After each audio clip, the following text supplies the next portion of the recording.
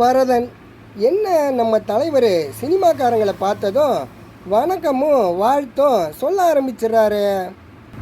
பரதன், யார் எந்த நேரத்தில் கட்சி ஆரம்பிச்சிடுவாங்களோன்னு ஒரு பயம்தான். சிரிங்க சிரிங்க, சந்தோஷமாக இருங்க.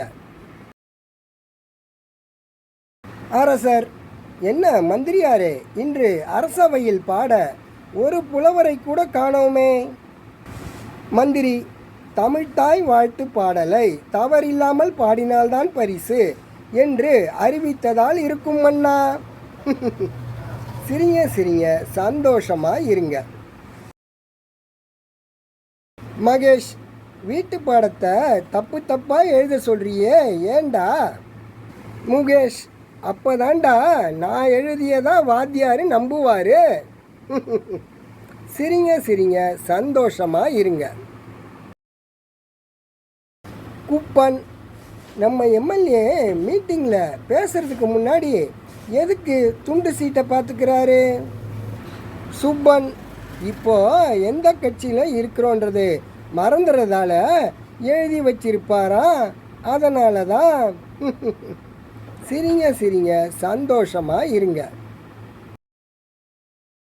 கந்தன், ரேஸில் ஓடுற அந்த குதிரை நம்ம மன்னரோடது தானே, எப்படி நீ அடித்து சொல்கிற? பரமன், குதிரை ரிவர்ஸில் போகுதேடா, அதை வச்சுத்தான். சிரிங்க சிரிங்க, சந்தோஷமாக இருங்க.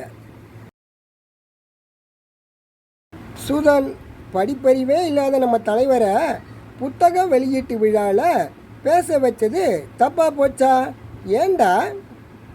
மதன், பின்ன என்னடா, 4 புத்தகம் ஒன்றா சேர்ந்தாதான் 1 கிலோ எடை தேரும்னு பேசிட்டாருடா. சிரிங்க சிரிங்க, சந்தோஷமாக இருங்க. அப்பா, போயும் போயும் அந்த குடுகுடுப்பக்காரனியை காதலிக்கிற, ஏம்மா?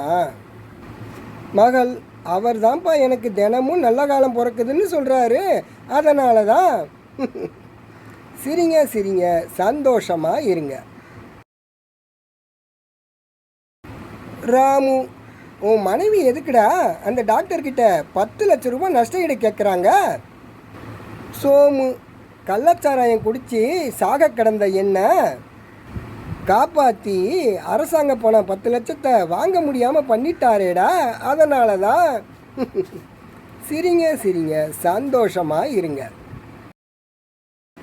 கோபு, இந்த கோயில் பூசாரி தொழிலுக்கு புதுசுன்னு நினைக்கிறேன்டா. பாபு, எதை வச்சுடா அப்படி சொல்கிற? கோபு, 2 வீலருக்கு திருஷ்டி சுத்தின பூசணிக்காவை டயருக்கு கீழே வச்சு நசுக்க சொல்கிறாருடா. சிரிங்க சிரிங்க, சந்தோஷமாக இருங்க. பாஷா, எதுக்குடா அந்த பொண்ணு பின்னாடி கால்குலேட்டரோட சுற்றிக்கிட்டு இருக்க? காலா, நான் அந்த பொண்ணை கணக்கு பண்ணிக்கிட்டு இருக்கேன்டா. சிரிங்க சிரிங்க, சந்தோஷமாக இருங்க.